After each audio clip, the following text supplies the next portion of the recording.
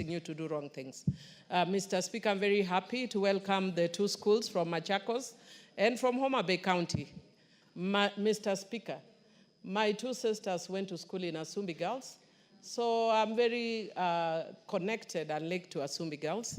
And one of my sisters, who is now working in California, who was also a student there, has also taught in Asumbi Girls. So it's one of our best schools. The girls are doing well, and I just want to indicate, Mr. Speaker, that they are very happy to have women who are examples and they can emulate. In Homa Bay County, the governor, Honorable Gladys Wanga, is a woman. No, she didn't go to Asumbi, but she's the governor and she's a woman.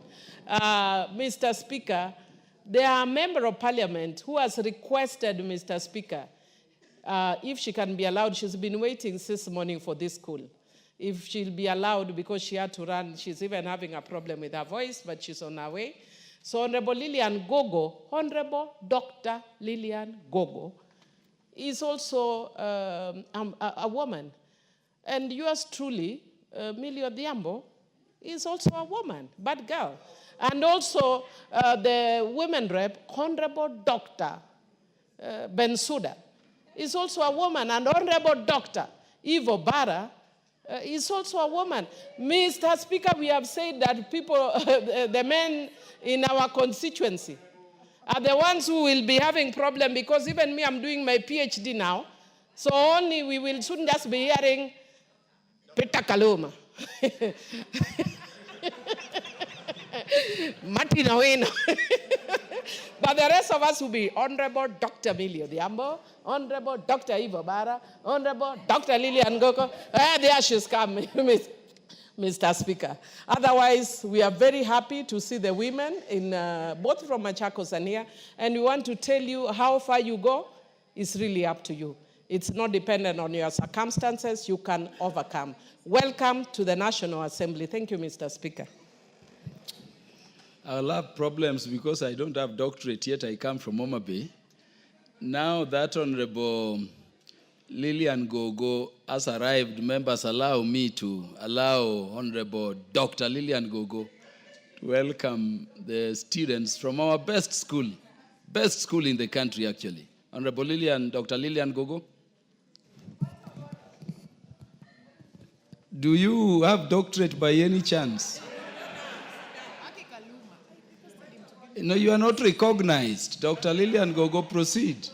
It is time for only women with doctorate. I want to thank you, Honorable Chair. Honorable Speaker, I must also pronounce myself to the fact that you also are a great grandson of Asumbi National School that is represented here. And the Honorable Jalango is also telling me, Honorable Speaker, that I must indicate that is also associated with Asumbi National School that is here by dint of coming from Homa Bay County. I want to celebrate all our students who have come to visit the National Assembly, and specifically, Honorable Speaker, allow me to celebrate Asumbi National School for what Asumbi is, for exemplary performance in the national exams and extracurricular activities. But I also want to say this on Asumbi National School, Honorable Speaker. Honorable Speaker, Asumbi National School is one particular school. The Honorable school. Dr. Lillian Gogo will be heard in silence. Thank you. Thank you so much, Honorable Speaker, for your protection. Thank you, thank you. My majority leader, the Honorable Ichungwa, you don't have a PhD, so just sit down. Thank you, thank you. Asumbi National School, Honorable Speaker, takes care of girls with good brains who are called to other national schools and probably are unable to raise their fare to the various schools across the country. When I approached the principal, the chief principal of Asumbi National School, my dear Lynette Pino Sati. May the Lord bless you. May the Lord bless Asumbi. All our brilliant girls are absorbed in that particular school. So I want to appreciate you. Welcome to the National Assembly. And I know that we have very many leaders seated there, other than being in the echelon of political leadership. I know we have leaders in business seated there. I know we have leaders in medicines and engineering and also in law seated there. Thank you so much, Honorable Speaker, and I appreciate the time you have given me.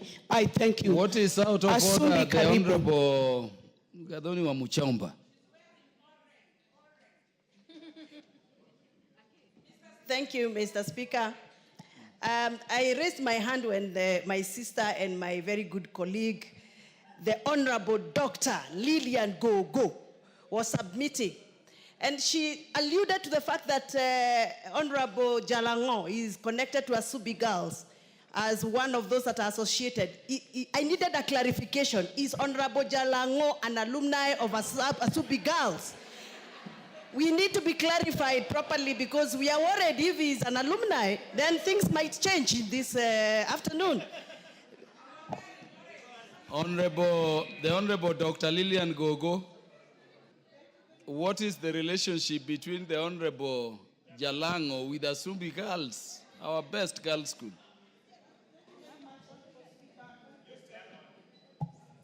Thank you, Honorable Speaker.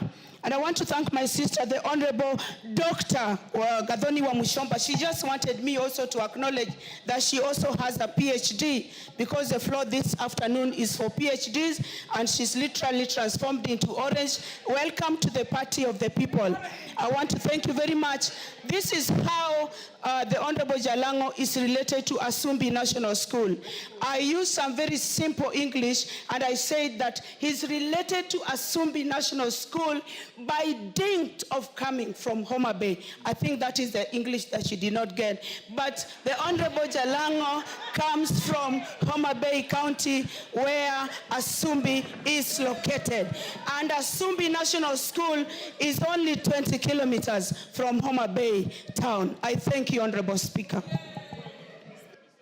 At the risk of diluting the doctorate degrees, because we transact the next business, and just on a special request, the Honorable Lillian Rennie, for 1 minute only to welcome all the students, then we go to the next order. The Honorable Irene Mayaka. Thank you, Honorable Speaker. First of all, there's nothing you're diluting. I am just but only doing my second degree. I have the advantage of age, so I'll get there to the PhD like the rest. My second degree is in law.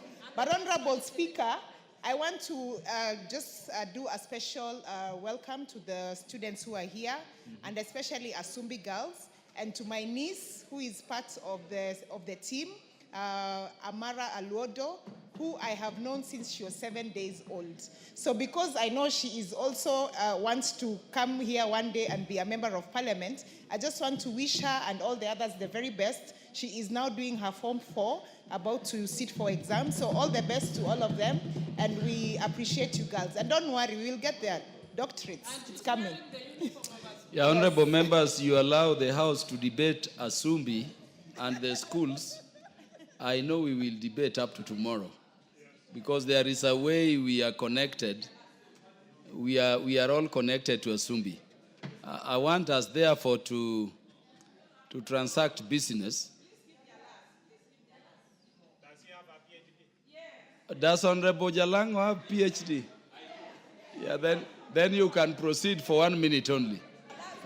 Thank you so much, Mr. Speaker. And I want to take this opportunity to welcome all the students, and especially Asumbi girls from the county where I was born and bred.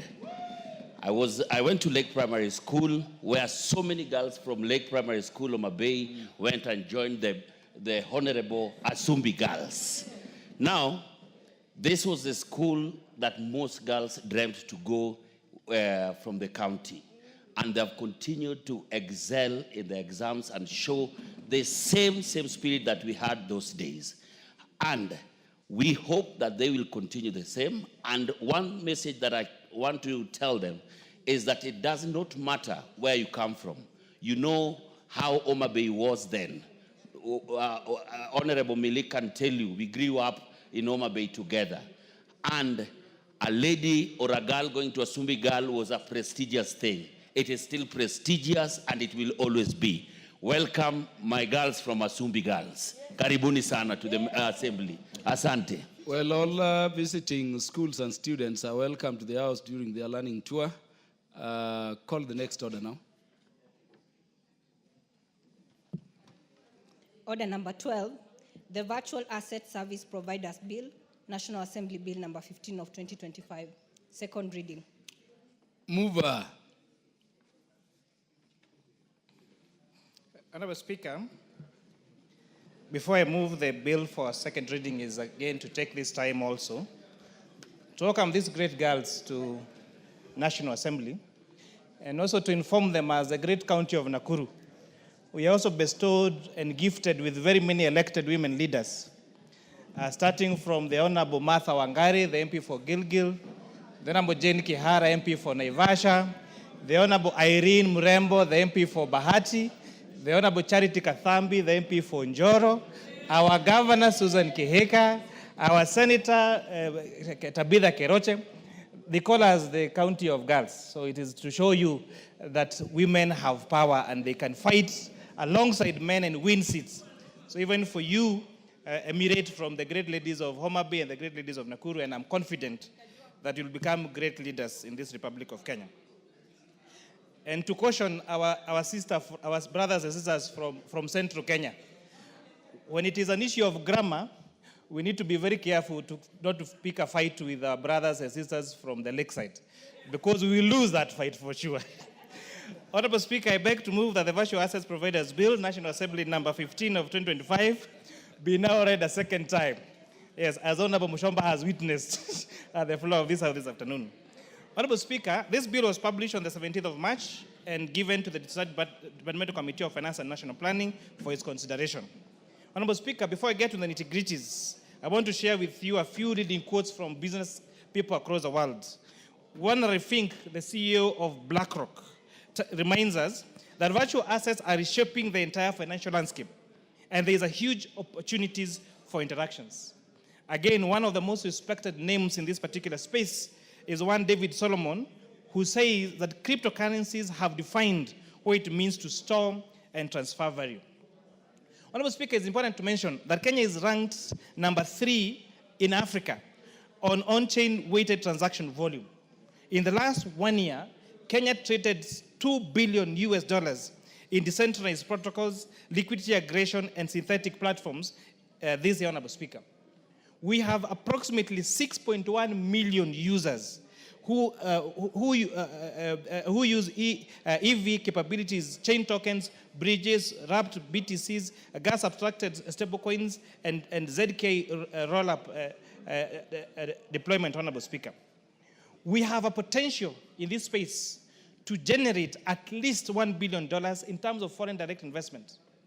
With the passage of this law, Honorable Speaker, this law has a potential to create at least 25,000 jobs in Kenya in the next 1 year, Honorable Speaker. Honorable Speaker, we look forward to this new technology, blockchain technology, tokenization, being used to solve one of the challenges we have in this country, Honorable Speaker, like budgetary allocation, Honorable Speaker. The control of budget estimates that we have approximately 550 billion shillings worth of pending bills. Honorable Speaker, I look forward to when this can be tokenized, and we have people across Kenya and globally, Honorable Speaker, contribute to this particular space without having to constrain the exchequer, given the limited physical space we have, Honorable Speaker, on our budget. The question then is, Honorable Speaker, what are we doing as a nation to embrace this novel innovation in finance that the world is already embracing? Well, at the very least, if this House considers and passes this bill, Kenya will now be the 4th country in Africa to do so by maintaining a progressive spirit of building Kenya to be the Silicon Savannah. Honorable Speaker, virtual assets are digital representation of value that are created. Usually by mining, they are traded or transferred in digital sphere often using the blockchain or other forms of distributed ledger technologies, simply known as DLTs. Their uses are many. They can be used as a medium of exchange, as a unit of account, as a store of value, or even for investment purposes with specific digital ecosystems and across broader financial systems, depending on their structure and application. So, Honorable Speaker, then with the question begs, should we regulate these assets? Honorable Speaker, Kenya has witnessed a remarkable rise in cryptocurrency adoption, with over 10 million citizens now holding one form of a digital asset or another. There is a significant engagement in peer-to-peer cryptocurrency trading, which has earned Kenya a top position in the global ranking for trading volume and leading position in overall cryptocurrency activity, according to China Analysis Global Crypto Adoption Index of 2023. Honorable Speaker, this growth demonstrates a substantial interest in participation in digital assets, especially amongst young Kenyans, those showcasing the sector's potential within the economy. Over the past few years, our traditional financial regulators, particularly the central bank, the Capital Markets Authority, have over time adopted a cautious stance towards virtual assets. For instance, in both 2015 and 2022, the central bank issued a cautionary notice to financial institutions against engaging with cryptocurrencies, stating that they are not recognized as legal tender. But, Mr. Speaker, here we are realizing that burying our heads in the sand is not tenable anymore. In this regard, the National Treasury now has prepared this bill before us, which was sponsored by the Leader of Majority. Honorable Speaker, when I was elected during my first term in 2017 into this Honorable House, in 2018, it was on record, I raised a question to the then Governor of Central Bank of Kenya, asking what measures is Central Bank and National Treasury doing to prepare themselves on this issue of Bitcoins, blockchain technology, and cryptocurrency, Honorable Speaker. The response from the then Central Bank Governor said that cryptocurrency, blockchain technology, digital assets were passing clouds, was a fad that will fade away. I am happy that at Kenya now we have seen it is no longer a fad that's going to fade away. Digital assets, Bitcoins, blockchain technology, cryptos, and all that space, including Ethereum and stable coins, and all that space, Honorable Speaker, on digital assets, is no longer a fad that's fading away. The reality is now here with us. The scope of this bill, Honorable Speaker, is designated to regulate all persons or entities who are engaging in offering virtual asset services within or from Kenya. This will apply to companies incorporated under Kenyan law or foreign companies duly recognized under the Companies Act and which are licensed to provide virtual assets as defined in the bill in the first schedule. However, this will deliberately exclude certain categories of digital representation to avoid overregulation or financial or non-financial purely utilized-based digital products. Exempted from this bill and act, if passed by this Honorable House, are digital representations that function solely within a closed ecosystem, such as in-game currencies that cannot be transferred, exchange for fiat money, or traded outside the issuer's platform, as well as central bank-issued digital currencies. Certain non-fungible tokens not used for payment or investment purposes, and other digital representations expressly excluded by the relevant authority, Honorable Speaker. This the bill, Honorable Speaker, carefully defines the scope and ensures that only those virtual asset activities posing financial, consumer, or systematic risks fall under the regulatory oversight. This is done while preserving innovation and limiting unnecessary regulation burden on other digital technologies. This focus, Honorable Speaker, is particularly relevant given past incidences in Kenya, where the lack of regulation in virtual asset space has exposed consumers to harm and loss. To give an example, Honorable Speaker, thousands of Kenyans were affected by the collapse of cryptocurrency platform Bitstream Cycle in 2023. Investors lost millions of shillings from this platform when it was abruptly shut down without warning. Bitstream Cycle had operated without any regulatory oversight, promising high returns through digital currency investments, yet it was neither licensed nor monitored by any Kenyan authority.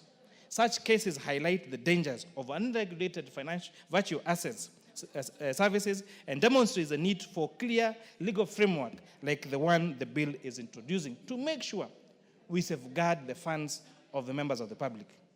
Any person or entity intending to engage in virtual assets must now formally apply to the relevant authority, either through the Capital Markets Authority, the Central Bank of Kenya, and the new entity this bill is proposing to create, the Virtual Assets Regulatory Authority, Honorable Speaker.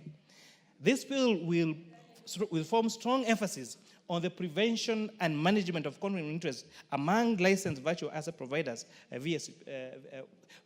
which we call VASPs.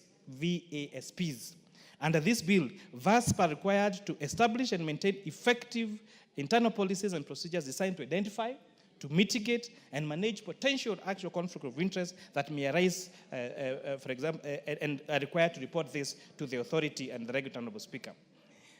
Virtual assets, Honorable Speaker, that simultaneously acts as a broker for their client must clearly separate those roles to avoid manipulating trade outcomes on its advantages. And where conflicts are unavoidable, Honorable Speaker, they will be required to report to the authority. This bill is going to impose enforcement action for contravening any of the provisions of this law, including fines, Honorable Speaker, that are clearly defined in the schedules provided, Honorable Speaker, as per our report. This bill is providing a clear mechanism, Honorable Speaker, for appeal. So where you go to apply for a license to the regulator and you're not issued with a license, then this bill provides for not just timelines for when the regulator must respond to you on what documents are required, on whether or not you're going to be issued with a license or not, but also provides timelines, Honorable Speaker, for when they're supposed to issue licenses. This, Honorable Speaker, is meant to cure where this Honorable House has passed laws that would require, for example, particular entities or authorities to license entities, but those entities take years before they are issued with a license, Honorable Speaker. In addition, Honorable Speaker, the bill is also providing for the Cabinet Secretary to issue further regulations. Because from experience, Honorable Speaker, such new entity we may not be able to capture everything that's needed for it in law. And therefore, we are now requiring, Honorable Speaker, within 6 months, that the Cabinet Secretary must issue regulations, Honorable Speaker, to further regulate this particular sector, Honorable Speaker.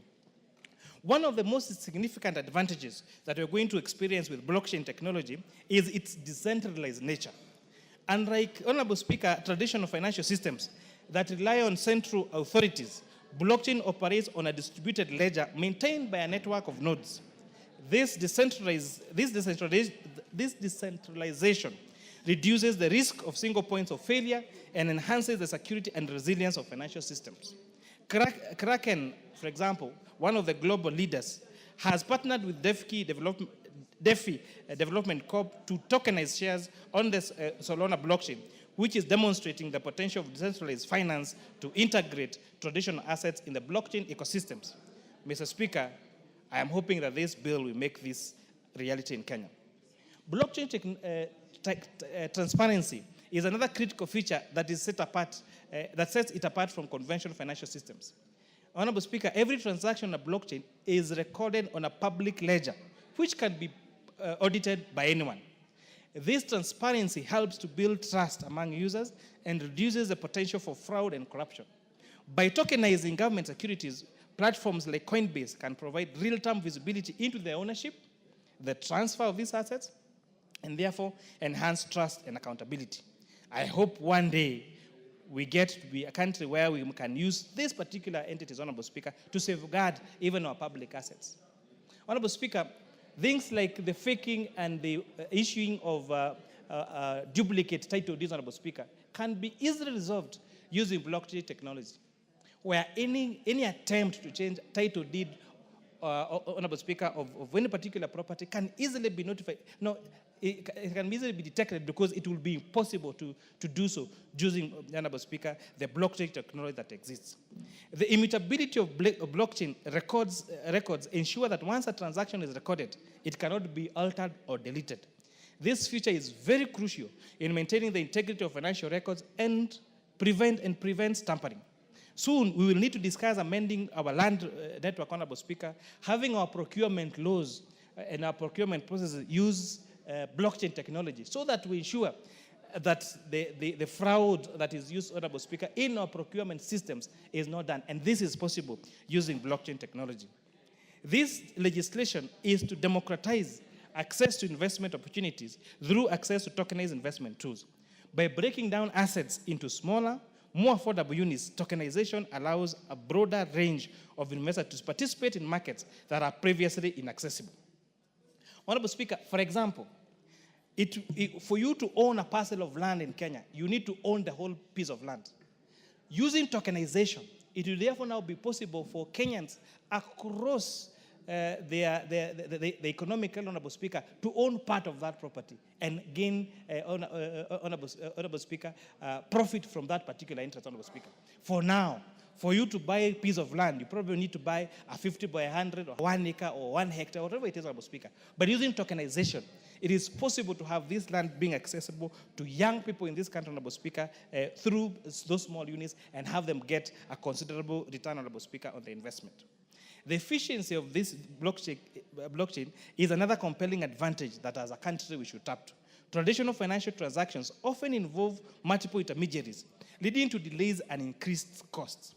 Honorable Speaker, it will be important to remind ourselves how, for example, the blockchain technology and, for example, the Bitcoin was launched. During the financial system breakdown in the US, Honorable Speaker, we had banks in the need to compete to issue mortgages, issued mortgages to almost every American. And consequently, what happened, the cost of those houses, considering the force of demand and supply, the price of those houses fell lower than the mortgage amount that was mortgaged to these particular institutions.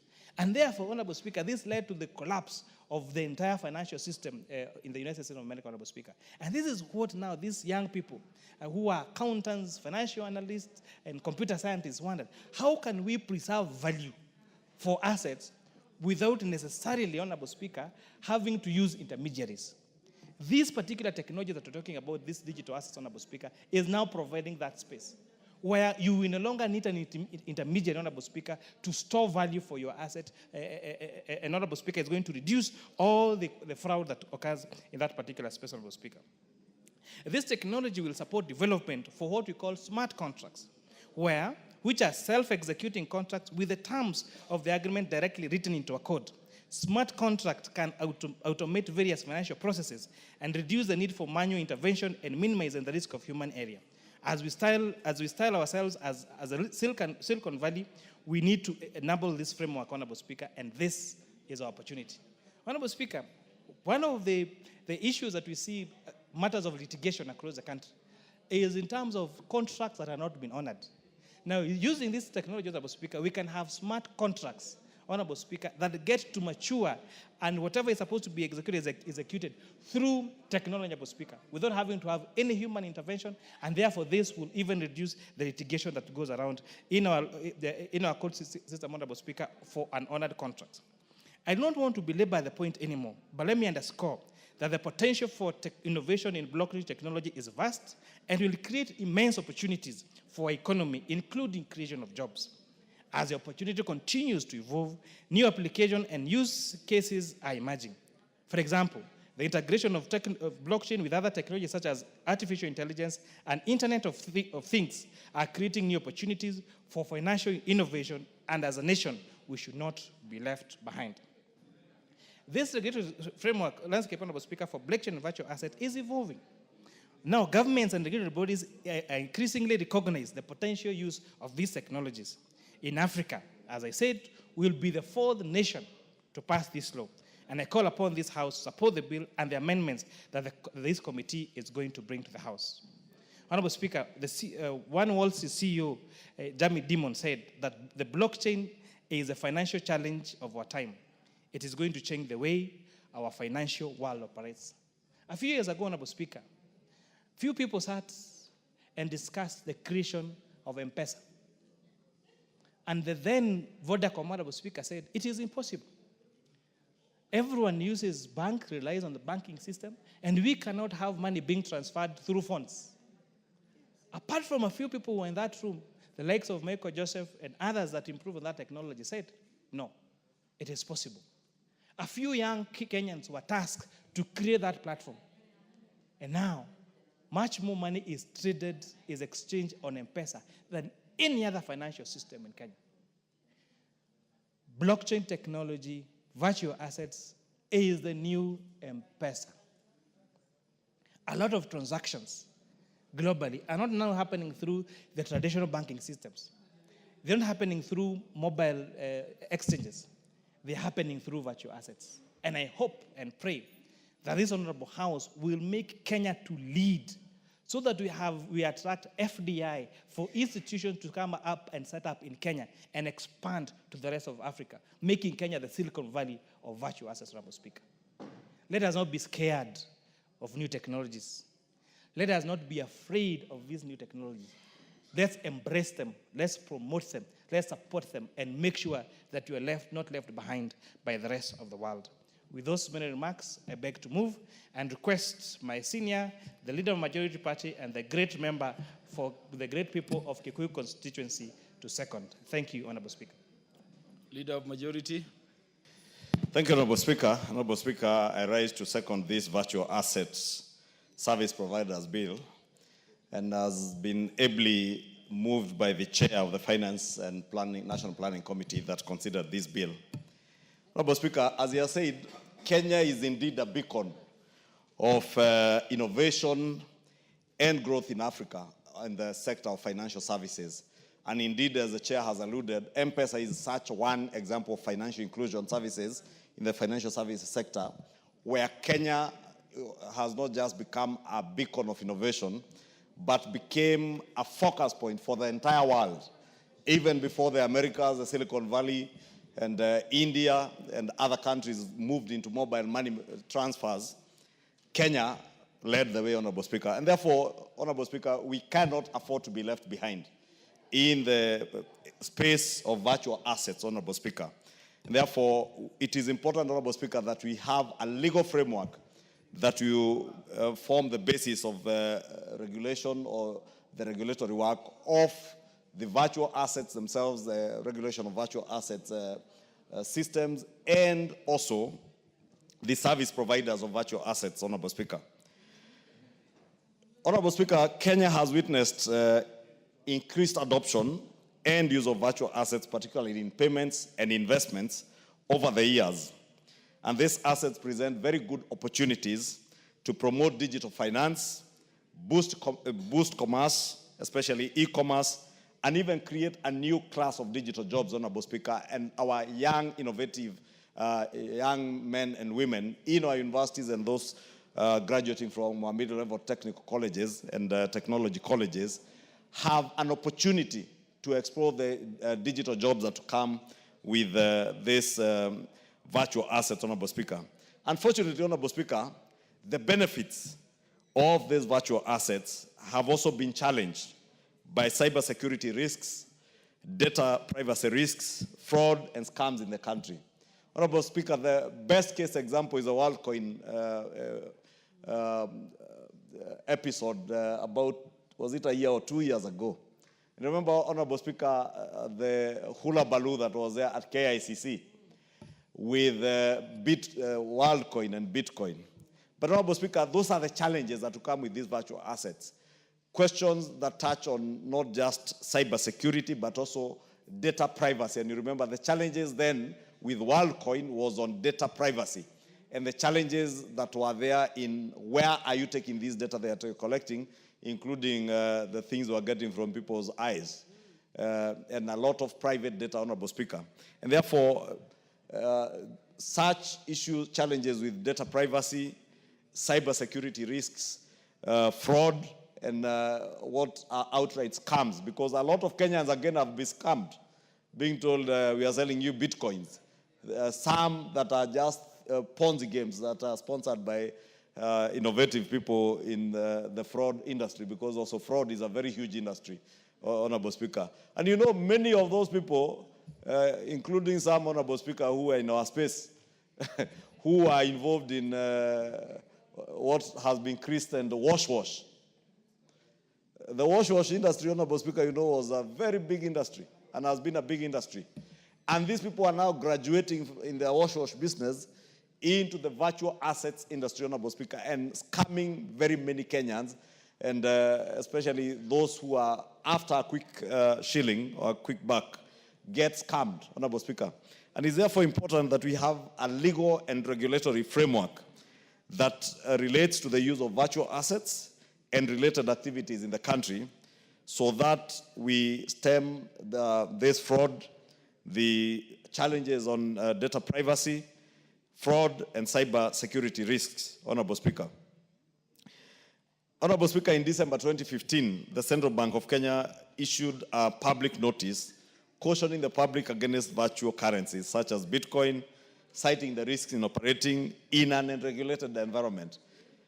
The notice highlighted concerns around the lack of legal protections, potential misuse of money laundering and terrorism financing, and the speculative nature of these assets due to their lack of underlying value, any underlying value.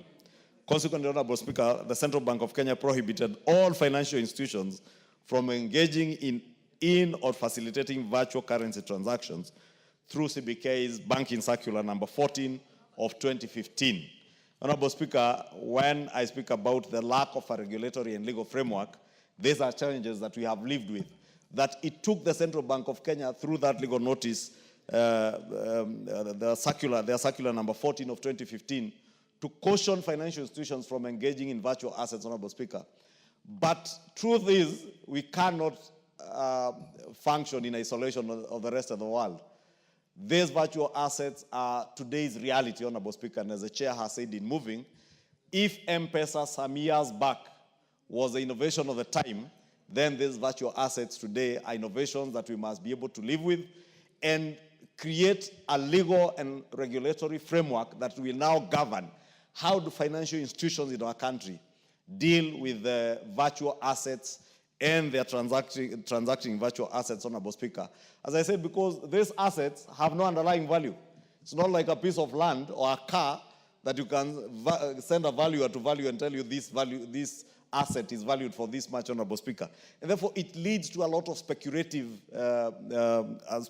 industry or speculative habits, Honorable Speaker, that can quickly move the value of a virtual asset from $1 to thousands of dollars, Honorable Speaker, with nothing underlying. And therefore, if there is no legal and regulatory framework on how even financial institutions will deal with these issues, Honorable Speaker, then we will leave Kenyans exposed. And that is why it has become imperative that we have a regulatory and legal framework that we can use as a country. And it's in this backdrop, Honorable Speaker, that the National Treasury in January of 2025 published the draft national policy on virtual assets and virtual asset service providers. And this policy, Honorable Speaker, lays out a national vision for a secure, inclusive, and innovative digital asset economy.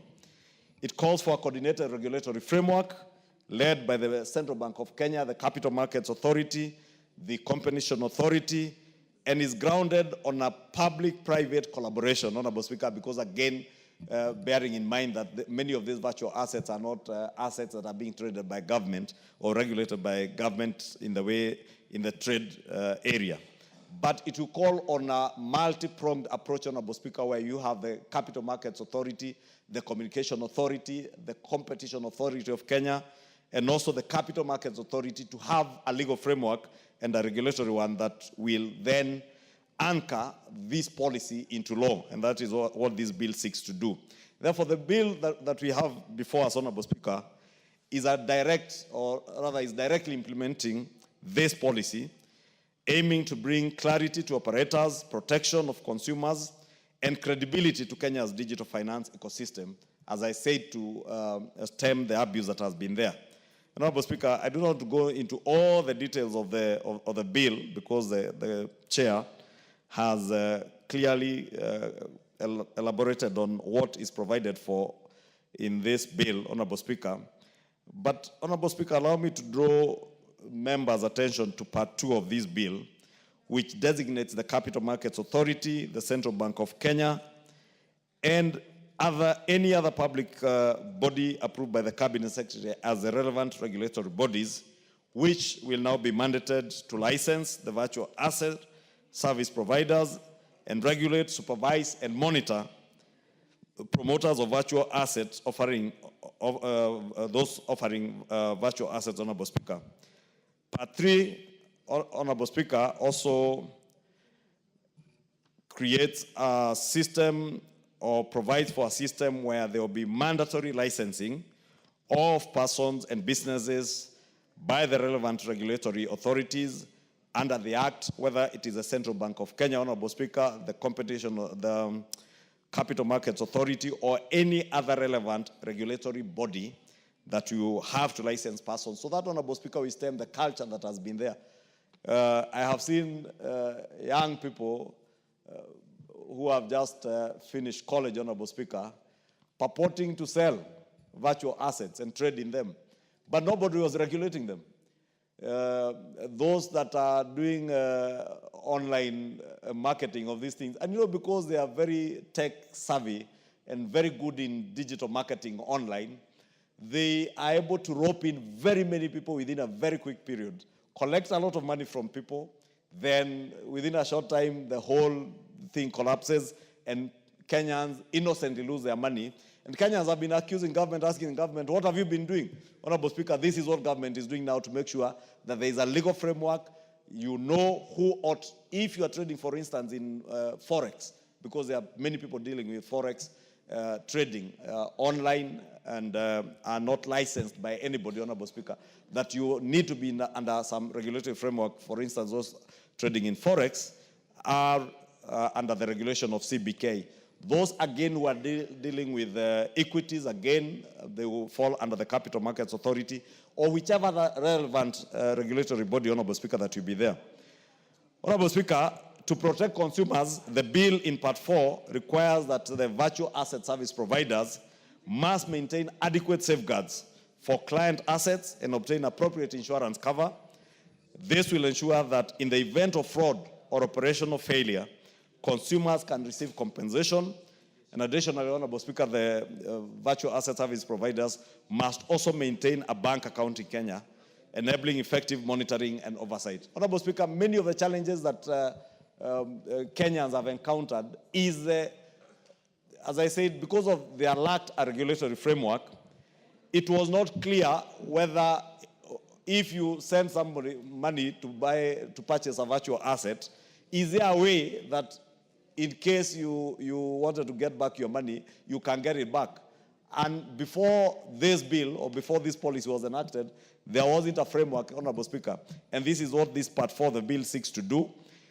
First, to ensure that there are adequate safeguards. Just like in the insurance industry, Honorable Speaker, there is a premium holders compensation fund that is a safeguard for premium insurance premium holders, that in case that insurance company collapses, you have a fallback plan. Banks in this country, Honorable Speaker, again, the chair will tell you, under the central depository system, what do you call it? It is called the Deposit Protection Fund. What was the previously called the Depositors Protection Fund? That if you're carrying on the work of banking in this country, you needed to, those banks, you need to have some security, either an insurance bond or a cash guarantee in another financial institution to secure people's deposits, Honorable Speaker. But with these virtual assets, we have operated in a space where nobody could guarantee you that if there are liabilities that occur, you have some fallback plan. Part 4 of this bill is doing that to ensure that either you have an appropriate insurance cover or there's some fallback mechanism, Honorable Speaker. And that's why it's important, as has been put in that part, Honorable Speaker, that we also have these virtual asset service providers, they must maintain a bank account in Kenya that will enable effective monitoring and oversight by the Central Bank of Kenya. Because again, people have been sending money to bank accounts outside this country, and there is no guarantee that you are protected if you are trading and doing business with people outside the country. But now with this particular provision under Part 4, that you have to maintain a bank account locally, then it becomes very easy for the central bank to be able to monitor what is going on and protect those who are investing in these virtual assets, Honorable Speaker. Finally, Part 5, Honorable Speaker, of the bill speaks to regulatory authorities being empowered to vet shareholders and senior officers of virtual asset service providers. They are also empowered to conduct on-site and off-site inspections and enforce the anti-money laundering and financing of terrorism laws. Because, Honorable Speaker, again, you have seen, as I said, every Tom, Dick, and Harry walks into the economy or into Kenya, opens some office somewhere at a street corner, collects money from people, and disappears, and nobody vets who are the shareholders or who are the owners of this virtual asset service providers. It will now be a requirement that the regulatory authorities that license you to offer virtual assets service, to become a virtual asset service provider, they must vet you to ensure that they know who the shareholders are. They must know who the senior officers in that company are. They must conduct on-site and off-site inspections to ensure also that we stem, because, Honorable Speaker, just like all the other financial assets, this is one area that could be largely abused by those who are financing terrorism, people who are engaging in money laundering, and therefore it must be the responsibility of the regulatory authorities to ensure that they vet to ensure that both the senior officers and the shareholders are not people who are involved in money laundering, in terrorism financing, or any other such related crimes. Can I say a second? Yes. Give him the mic. Honorable Speaker, I was saying to ensure that anybody who is involved in that trade is not involved in terrorism financing or money laundering, Honorable Speaker, under the Money Laundering and Anti-Terrorism Financing Act. And with that, Honorable Speaker, I support and I beg to second.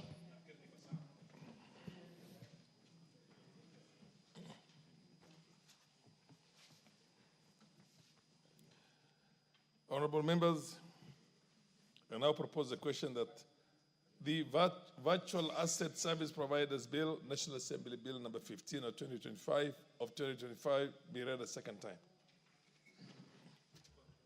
The Honorable Naisula. Thank you very much, Mr. Speaker, for giving me this opportunity to contribute to this very important bill, the Virtual Asset Services Providers Bill 2025, brought to the floor of the House by the Majority Leader, Honorable Kimani Ichung'wah, and also moved by the able Chairman of the Finance Committee, Honorable Kuria Kimani. Just as it has been said by both the mover and the seconder, this is a very important bill which protects the consumers of the virtual asset services, Mr. Speaker. Just as also it has been said that we are moving very speedily in matters to do with technology. Personally, I've been approached by very many people, young people, telling me to get into this space, cryptocurrency, and sometimes even you don't have to meet them. They just tell you virtually, do you have any money? Let's put it here. And I can imagine that there are very many people who have lost their resources or their money because we do not have proper regulations or laws that safeguards the consumers or the customers, Mr. Speaker. And so this is a very important bill as it mandates that any entity that will be offering virtual asset services in Kenya must be licensed by the relevant regulatory authority. Because as we speak right now, people are just operating in a manner where they are not accountable. So this will ensure there is transparency, this will ensure there is accountability for anybody who is involved in this industry, Mr. Speaker. And in this bill, there will be bodies that will be designated to offer this service to ensure that there is regulation. That is the Central Bank of Kenya, there's the Capital Markets Authority, and the Communications Authority, Mr. Speaker. And these bodies or entities will ensure that they license, they supervise, and they enforce compliance with the law. And I must say this, that as a country, in terms of always complying and doing what is right, as it has been said, we are the fourth country in Africa to ensure that we have this bill or this that will govern this space, Mr. Speaker. And so Kenya is never left behind in ensuring that we put the necessary regulations. This will also ensure and will help us to deal with issues to do with money laundering, issues to do with terrorism financing, and threats to financial stability, Mr. Speaker. And as I said, it seeks to protect the consumer when dealing with virtual assets such as cryptocurrencies and crypto assets. Mr. Speaker, and this is the space that many young people are getting into. You will rarely find a young person right now telling you, I want to invest in a piece of land. They are not like the older generation where any little money you get or we get is we're trying to chase a piece of land somewhere, trying to buy an apartment somewhere, wait for it to appreciate, Mr. Speaker, and then later dispose it. Young people are getting into cryptocurrency, into this virtual asset space, Mr. Speaker, where they are trading with their money and their resources. And so it is important for us as legislators in this House to ensure that then we put laws and regulations in place that then will safeguard those who are keen on these spaces, Mr. Speaker. And so just some of the requirements that will be needed for those who will be providing these services, Mr. Speaker, is that for them to operate legally in Kenya, they will need to maintain a registered office. As I mentioned, we are just being approached by people in the streets. Hi, Mheshimiwa, we have this service we are offering. Do you want to buy the crypto? Do you want to get involved in this and that? But now, Mr. Speaker, they'll be required to be registered and to get a license, to establish and maintain a registered office within Kenya, ensuring a physical presence for regulatory and customer engagement purposes, so that if I need to come to your office, it is registered where you are. In case you go ahead and con somebody, then it is possible for someone to track you down, or the bodies that are mandated to regulate this. Also, they will be needed to appoint a chief executive officer, and each virtual asset service provider must appoint a CEO who meets the eligibility criteria set by the relevant regulatory authority, ensuring competent leadership, Mr. Speaker. And so this will also ensure that we are not just dealing with anybody, but people who actually don't have the know-how of dealing with these matters, Mr. Speaker, but it will be someone who is qualified, and it can be questioned, and even the regulatory bodies will ensure that that is happening. Of course, there are some there are some issues that I'm sure they can be looked at later when we're looking at the third reading, where we can check whether some amendments can be put in, because there are very heavy, there are a few issues like the high licensing and compliance costs, and I'm sure the young people who are keen on this will then raise the issue that they are being locked out so that they are not able to practice.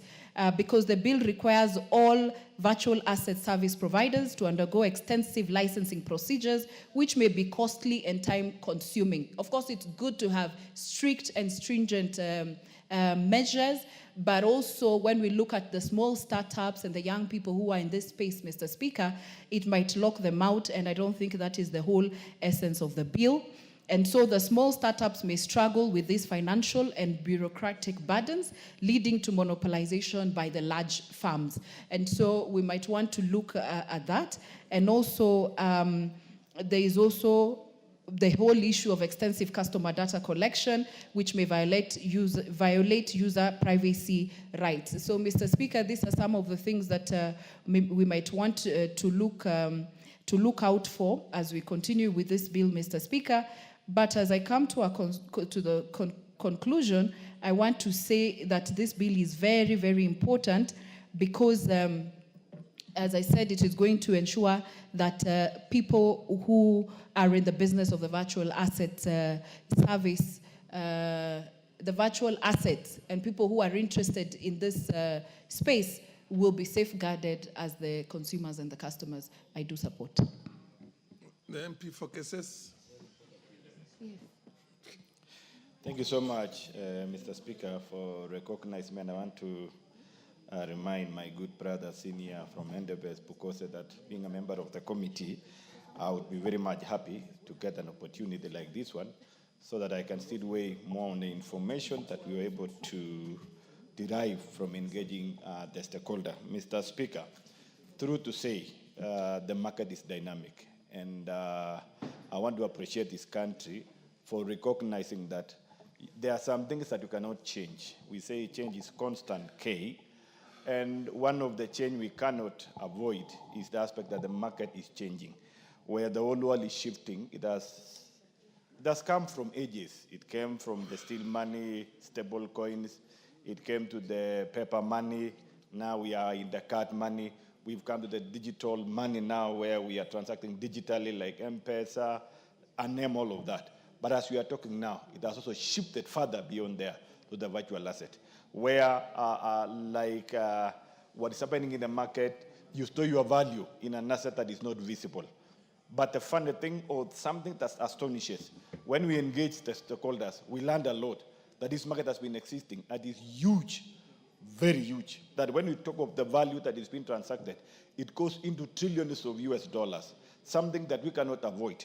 Mr. Speaker, something to note to the floor of the House is that as we are talking now, there are countries like UAE and many other countries that have accepted this one as a means of exchange, where you can exchange value using virtually, when you can transact virtually and be able to derive the value of that by obtaining commodities in the market for your consumption.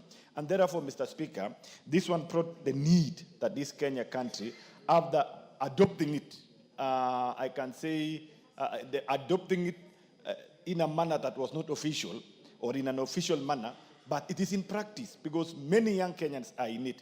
Many business people are in it. Many great people who have been investing in the other aspect of investments have even spread their risk, their portfolio to the virtual asset. And therefore, the need to organize this market. Because the risk that is coming with it is that there is no place of a point where you can reference to it. There is no physical office. There is no physical structure that as a person you have an issue, you would want to inquire, obtain information, or even petition your complaints whenever you have a case arising out of it. And therefore, this bill, Mr. Speaker, is coming to put in place infrastructure that can organize the market into a physical point where it can be touched, where someone can be seen, where someone can be engaged, where your issues can be addressed. So, Mr. Speaker, I want to ask this House that as we are looking at this one, it is something that we must embrace, and we must look at the way the world is going. If the big economies have accepted, like the US, like the UK, London, like even in Africa, South Africa, which is an economy we can liken within our African boundaries, it has also adopted to this one. So Kenya, we are proud that we've gone as the fourth in line, so that we can adopt this one and appreciate that we can encourage, we can onboard many people to invest in a manner that will be secure. What challenge only, Mr. Speaker, that we must speak about it is to encourage central bank to be up in game and undertake sufficient research. Because the risk that was coming out of all this discussion is how our economy will be protected. The value of our currency, the fiat money that we are transacting now, will be protected. Those are some issues that the CBK need to have their game so that they can protect our legal currency, our legal tender that we are using. The current exchange rate that we are seeing, it is stabilizing between the Kenya and the US at around 128 shillings. Those are the questions that we need now to look at. How do we stabilize in it as we are going the virtual way? Mr. Speaker, another issue that maybe I need to also to call on is that I know we are aware the other day Cabinet approved that there will be no more creation of authorities. But this virtual asset user bill is going to ensure, or is going to onboard or put up an authority that is going to manage this one, beside the CBK, beside the CMA that have been managing the other security markets in terms of shares, in terms of bonds and treasury bills. This one has kind of a unique characteristic that will require a unique board or a unique authority with a lot of understanding, sufficient technical knowledge to be able to manage. And so in this bill, Mr. Speaker, there will be a creation of a new authority that will be on board on it, knowledge from the CMA, knowledge from the CPK, knowledge from the Nairobi Financial Reporting Center on this aspect, Mr. Speaker, for the only sole purpose, so that this market is well organized, consumers are protected, and also not forgetting that recently we passed an anti-money laundering bill in this house that is to be signed, and I'm sure it has been signed into a law, so that again this particular sector of virtual asset cannot be misused to transact on money laundering aspect that we've seen somewhere about somebody calling wash.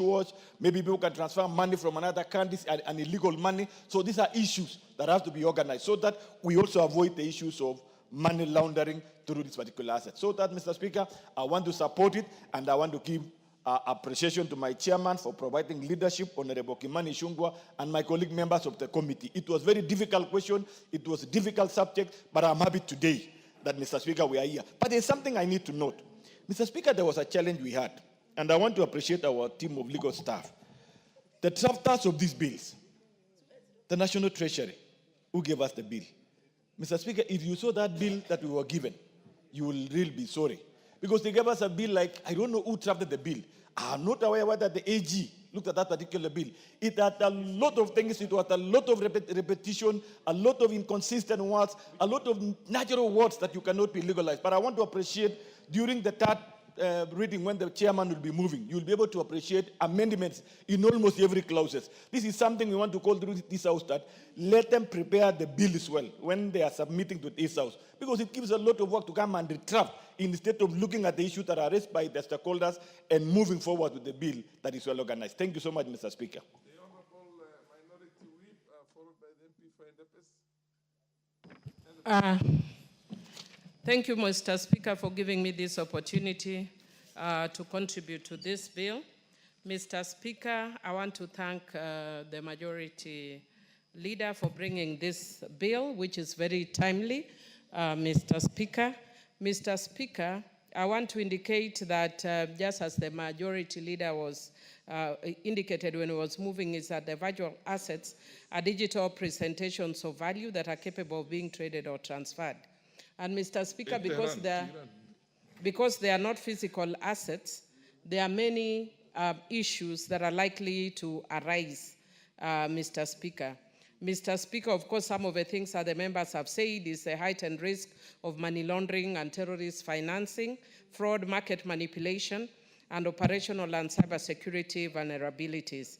And then, of course, the issue of lack of regulation, and which I'm happy that by this law, there will be an aspect of regulation. Mr. Speaker, another issue is the market and operational risks that include price volatility, and again, of course, had indicated the issue of cyber security. Mr. Speaker, I just want to comment very briefly on some of the things that this bill speaks to. Mr. Speaker, of course, it designates a regulatory authorities, which is a very good thing, because this is a sector that is not aptly regulated. And because it is not regulated, Mr. Speaker, it becomes very difficult to differentiate between legit virtual assets operations and what has come to be known in Kenya as wash. Mr. Speaker, we are seeing a lot of people who, after getting money under very questionable circumstances, suddenly to hide the money, they want to all come into parliament, get into positions of authority, where then they can be able or presume to be able to hide the money. Mr. Speaker, I think the other good thing that this bill does is to provide licensing requirements so that it's not a free-for-all, but that when people are engaged, then again, through licensing, we will be able to know who we are dealing with, and it will enable us to deal with the cyber threats that we are talking about. Mr. Speaker, I'm happy that under this bill, clause 21, 22, and 23 talks about even up to 24, very ethical issues such as businesses to be conducted in prudent manner, with integrity, and also the issues of conflict of interest. Mr. Speaker, the other issue that I think is notable is that it also provides for criminal offenses and penalties where people misuse this platform. Mr. Speaker, Then there's also, Mr. Speaker, when we passed the Data Protection Act, I actually thought we were being melodramatic until last year when we actually had the Gen Z issue, and my number was shared, Mr. Speaker. Mr. Speaker, I understood why there's need for data protection. Mr. Speaker, I was getting messages, I was getting calls at every and any hour. And Mr. Speaker, I was not considered bad. I was considered a favorite at that time. And Mr. Speaker, I'm wondering if I was a favorite and I'm getting that kind of messaging. What about the people that were not liked? Mr. Speaker, I was forced. Like the chair. Yes, like the chair. Mr. Speaker, I was forced to get a temporary new number because I couldn't cope. Mr. Speaker, I hired somebody, a young man, a Gen Z, to manage my phone, and I was paying a monthly salary. After a month, he returned my number and told me, you and your money and your phone, I can't deal. Data protection. And this one, it was not, probably harmful. Look at the case of Albert Ojwang's father. He was talking about money disappearing, and we are talking almost on the virtual space, that we are not talking about hard currency. In the past, for you to steal my money, you needed to get a gun to shoot me, get where the money is and to shoot. But now, because we are dealing in a different era, it becomes very easy for somebody to just know how to tweak things and steal from you. And we have an amazing number of very educated young people that will benefit where we have regularized virtual assets and they can work within this sector. Mr. Speaker, the only challenge I would want to say is that sometimes when we are moving technologically, there are areas that are likely to be left behind, including my constituency, for instance, the rural areas, that as people are talking about virtual assets, they have no clue what you're talking about. We still use the hard currency. And so I would want to encourage that, and I was hoping to see that some of the things that we are speaking to is actually technological equity, so that we actually have more people engaging in these platforms and we carry everybody forward. I would also wish if the committee, I don't know if the committee has done that, but I'm seeing the bill is the Virtual Asset Service Providers Bill. I don't know if you've considered whether it should also be virtual asset service providers and users, because we shouldn't only talk to providers, but to users as well. Because when you are talking about protecting people's data, protecting their assets, their virtual assets, then you are speaking also to the users. Mr. Speaker, I'd read it halfway. If there are any issues that I think I would need to look at where I would recommend amendments. So far, the one I've seen is including the issues really of technological equity and also the issue of including the users. Otherwise, I thank the committee and I thank the Kenyan Parliament, as much as we are really castigated a lot of times, but we are really ahead of most of our counterparts, even across the world. Recently, I was invited for a conference in Southern Africa where they were talking about issues relating to the bill that I'm sponsoring. And I discovered that in Kenya, even though our bill is still in the committee of the whole house, but we are way ahead, and people are looking at Kenya, for example. And one of the ladies shared with me that in Nigeria, they were actually looking at coming up with a similar bill. Then they discovered that it was my bill, word for word, until they forgot and used terminology that was very clearly Kenyan. So the person who was reviewing said, this is not Nigeria, this is Kenyan, because of the way, the systems was very clearly Kenyan. So I want to laud us as the legislative arm of government for the excellent work we do. We are encouraging the executive arm similarly to not fail us, that once we put this in place, let the implementation be just as effective as the legislative. Otherwise, I thank the committee and I support. Thank you. Honorable Kose. Honorable Speaker, on the onset, I want to support the Virtual Asset Providers Bill And just for the comfort of Honorable Millie Adhiambo, to tell her that her assisted reproductive bill,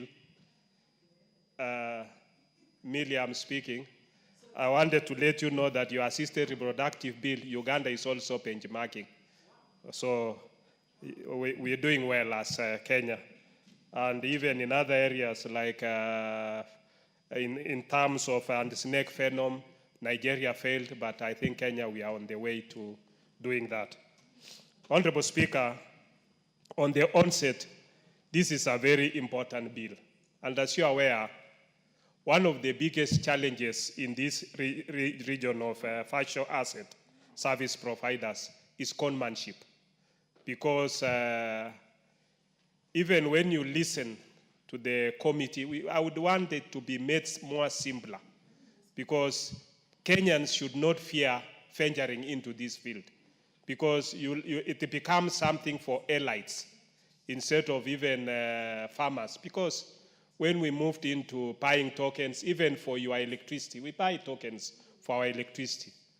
And you know, when your tokens ends, you can add other more tokens. And you can even, when you even get points in this Sambasa and whatever, and you can give somebody your tokens to even buy food, to even pay school fees with it. And therefore, I think this is an area that it's been there, but I think explaining it to people becomes a challenge. When we talk of cryptocurrencies, when you're talking of Bitcoins, Ethereum, and how that field is being managed, when you compare with other jurisdictions, the regulator must make sure that that service provider is a resident and has a permanent address within the country, so that you give confidence to wananchi, so that people, you know that the person who is trading is in this, and you look at even the other in part 4, where you are talking about the requirements for this person, so that you have trust that if I bring my money to you to trade in this space, I know that that money is safe. You put either Bitcoins or Ethereum, and you are aware that whenever I'm trading in that space, then my money is safe. Honorable Speaker, I was just sharing with the committee, and in the bill, they initially wanted the central bank or CMA to regulate, but the committee has done it well, because in their report, they are suggesting that we should have a financial assets regulatory authority, so that, because when you give it to central bank or you give it to CMA, they have other responsibilities. They will not be able to manage this space very well. And therefore, we need a body that can regulate this space and is held accountable. You will not hold the central bank accountable. You will not hold CMA accountable, because you're just talking about whether CMA or central bank or any other body. Now, this brings ambiguity. Honorable Speaker, I was also looking at part 3 of licensing requirement, where in 10.4, that the Cabinet Secretary may, by notice in the Kenya Gazette, amend the first schedule to this act. How can a Cabinet Secretary amend a schedule that has been passed by Parliament? You need to bring that schedule to Parliament, and then you bring an amendment, either as a miscellaneous amendment, then Parliament can do that amendment. You cannot just by notice in a cassette that a Cabinet Secretary, because suppose you make an amendment that will cause loss of people's resources. That will make the market even not stable. I think this kind of mischief is not good for this bill. Honorable Speaker, in regulations, we've talked about mitigation risks which are associated with money laundering and terrorism financing. So this, I think, is an important factor that will make sure that we're not engaging in, this is not money laundering, because this is a business that is recognized internationally. It is traded in other countries. And Kenya now, being the fourth within the African region, to be able to have a law that governs that space, I think we are in the right track, and we should be able to do it in such a way that when the committee brings their amendments, we support them so that we have a law that can create confidence in the trading in this space of the virtual assets service providers. With those few remarks, Honorable Speaker, I want to support. The Honorable MP for Wajir North, followed by Honorable Mayaka. Thank you, Mr. Speaker. Mr. Speaker, this bill is so technical that it creates a lot of challenges, both in terms of regulation and implementation. Why I'm saying that, if you look at the legal aspect of it, our judiciary today is challenged because ICT is a concern. And you have seen how petitions and elections are managed around ICT. It poses the same challenge that unless our education, the knowledge gap improves in terms of ICT, the successful implementation and the regulation of this will be a serious challenge. However, we are talking of perception issues. There is great perception here. We are talking of assets that are virtual, abstract assets, assets whose value are represented digitally. You can imagine. We are talking of a very key thing, an asset, but represented, or its value is a representation digitally. So that's a very big concern, Mr. Speaker, and more worse, you trade with that. You trade with an asset that is digitally valued, represented, and I'm sure that will be a very big concern, and it will be an impediment to that trade. We are talking of perceived value, not actual value, Mr. Speaker. And assets based on perceived value have its own challenges. We are used, I'm a pastoralist, we don't have credit balances in our in conventional accounts. Our wealth is on the hooves. How many cows we have, how many camels we have. When you expose us immediately to another world, another economy, where you think of billions that is abstract, then there will be, I'm talking of a serious gap. This is a pastoralist participating in cryptocurrency in a digital world, Mr. Speaker. However, it still gives serious benefits to pastoralists if it is well implemented, if the pastoralist community are brought up to speed in terms of capacity building. It will manage the risks. We have been solely dependent on one livelihood, one mainstream livelihood, livestock keeping. I'm sure with this, we will diversify our economy as pastoralists. We'll be talking of accessing markets in a very unique way, if only the educational gap is enhanced. We are talking of accessing markets, unique markets other than livestock markets. We are talking of accessing digital financial services. Already, pastoralists have their own passes in terms of M-Pesa in their small mobile phones, which at least is a form of saving. When they lose their livestock, they can still have money in their M-Pesa account. This will take it a notch higher if well done. It will access, pastoralists will be able to access insurance products, Mr. Speaker, on this digital platform, if it's well done. All that, the compound effect of all that is the fact that we'll be able to mitigate the impact of droughts, diseases, and at least caution livestock from fluctuations in market, Mr. Speaker. But this bill is laden, or this issue, if implemented, is laden with bigger risks. Bigger risks. For us, I told you I'm a pastoralist. I live in a physical world where I want to feel my asset. This is my camel, this is my cow, this is my cattle. And I enumerate them in terms of numbers. We are talking of billions, colossal amounts of wealth that is not visible to us. The risks are volatility in value. Today you will be told your assets have been 1 billion, and after 1 hour, things have changed. Volatility. So when you talk of assets and unregulated volatility, then you question yourself, what is the value of your assets? What is worth, is it worth investing in such a volatile business? Security, there is so much vulnerability in terms of security. It is laden with a lot of insecurity. That regulating it is cumbersome, very expensive. This country, are we really prepared at that level in terms of ICT knowledge to make sure that we are secure? We can at least make sure that the security risks are managed and controlled, Mr. Speaker. There is then the theft of keys. There is these things they call passwords and what have you. These things will be hacked, stolen, and you are 1 billion, you sold all your camels, invested in this digital economy, and you are told the next day your keys have been stolen and all your assets are gone. Then you have to start from scratch.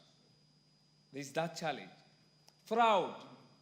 Some countries have gone they are so advanced that they can entirely take your money from your account to their account.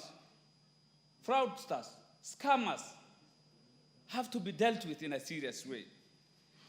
Then the trade on illicit activities. We used to talk of money laundering to finance terrorism. Point of information, or? Yeah, would you wish to be informed by the chairman of the committee? Yes, I prefer only that I fear to be distracted in terms of continuity. I accept, sir. Yes.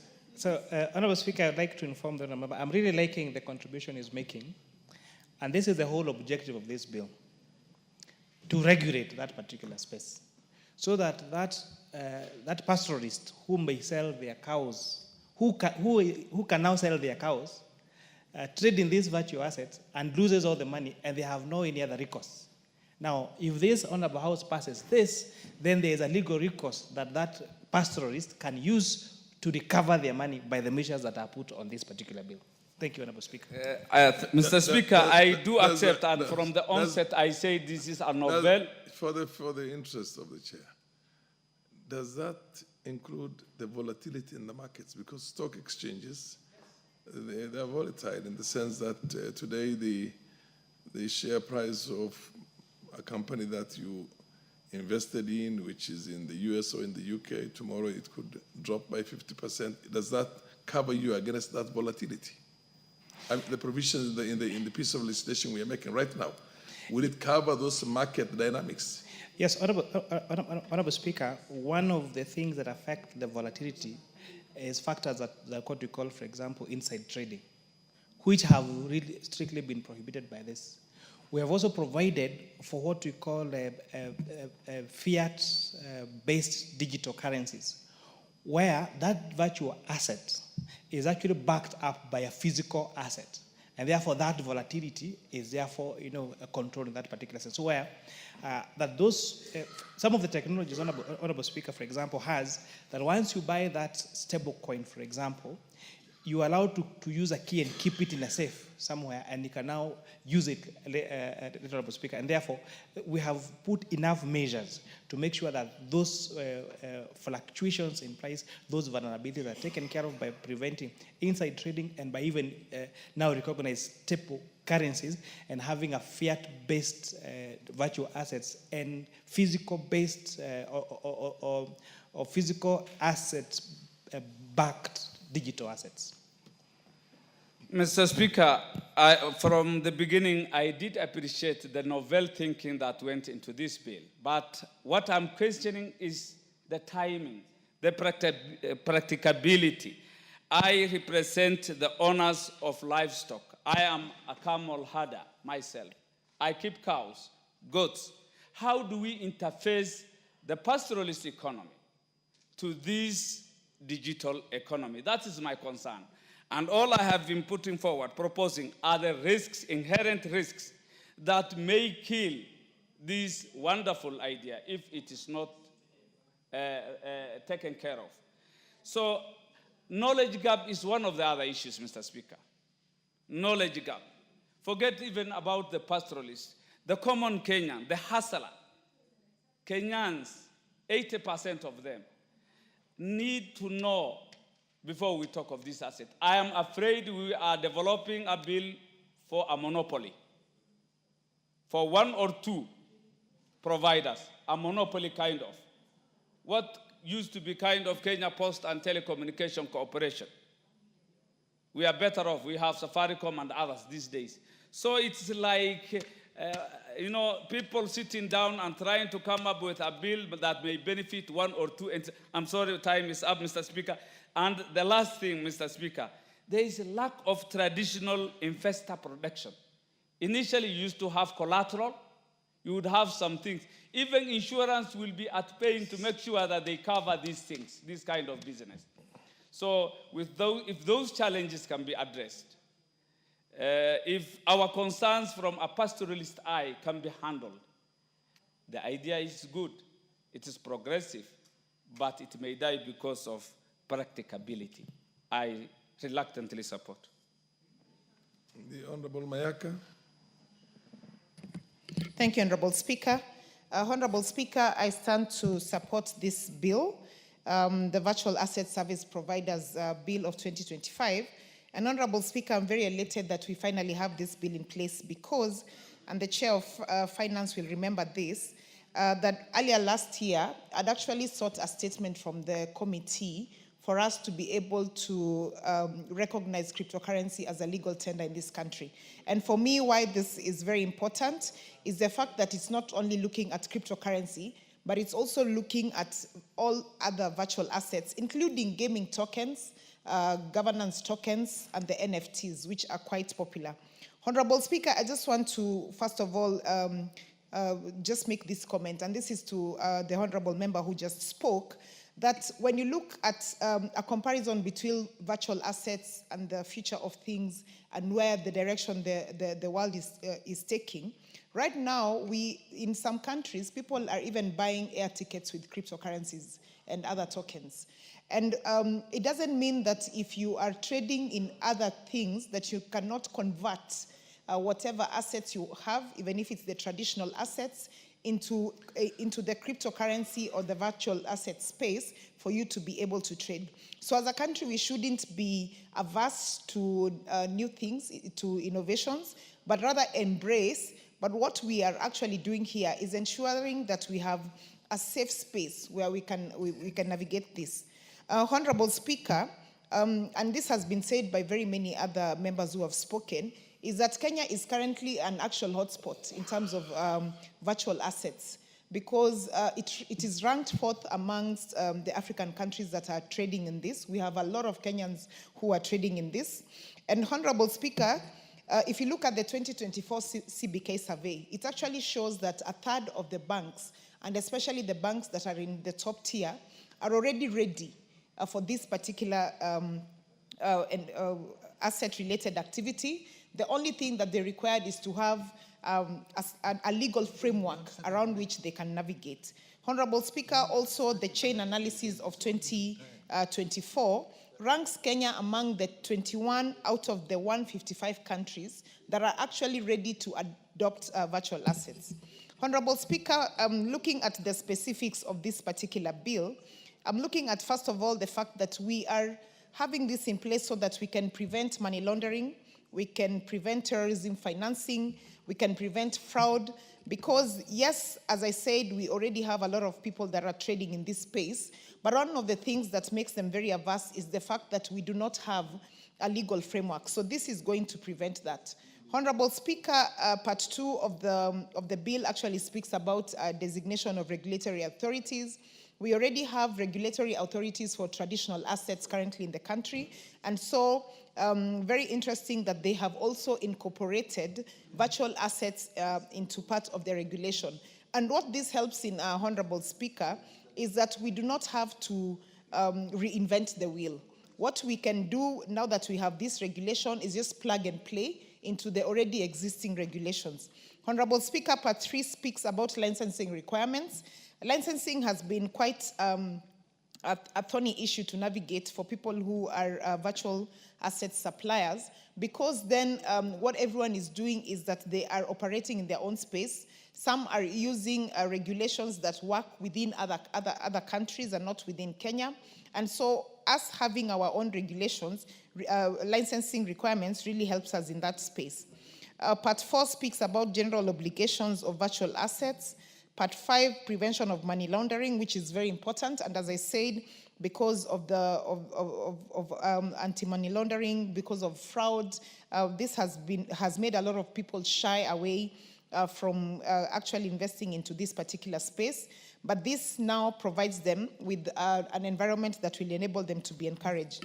Honorable Speaker, I just want to also say, and this has been said before by Honorable Millie, that this particular parliament has been able to pass a lot of legacy laws that really enable Kenyans not only for the present environment, but also for the future environment. And this is in particular very important for not only regulation again, but also for the investor protection, because we are not only looking at the people who supply these assets, we are also looking at the people who are going to be using these assets. And Honorable Speaker, again, also if you look at client asset segregation, because most of the time when you are choosing to invest or save in a particular environment, it is always advised that you invest and save in different environments. Honorable Speaker, having said that, and as I conclude, I have taken note of the public participation concerns and suggestions that were given by the 9 different organizations that really brought structured memos to the committee. Very helpful information that I have also noted that the committee has taken up to include in the amendment. I also want to join the Honorable Pukose in talking about the Virtual Assets Authority, because I feel like this is a very important aspect that will also need another law in place. And what this will enable us to do is that it will give the required authority to the people who are regulators to be able to assist to strengthen this particular noble idea. And for me, Honorable Speaker, what is most important is the fact that, like, for example, right now, the CMA has a policy on sandbox regulation. What a sandbox regulation assists in, it assists in having a live test environment that they are able to test any new innovations, any new technology in whichever space for virtual assets or traditional assets.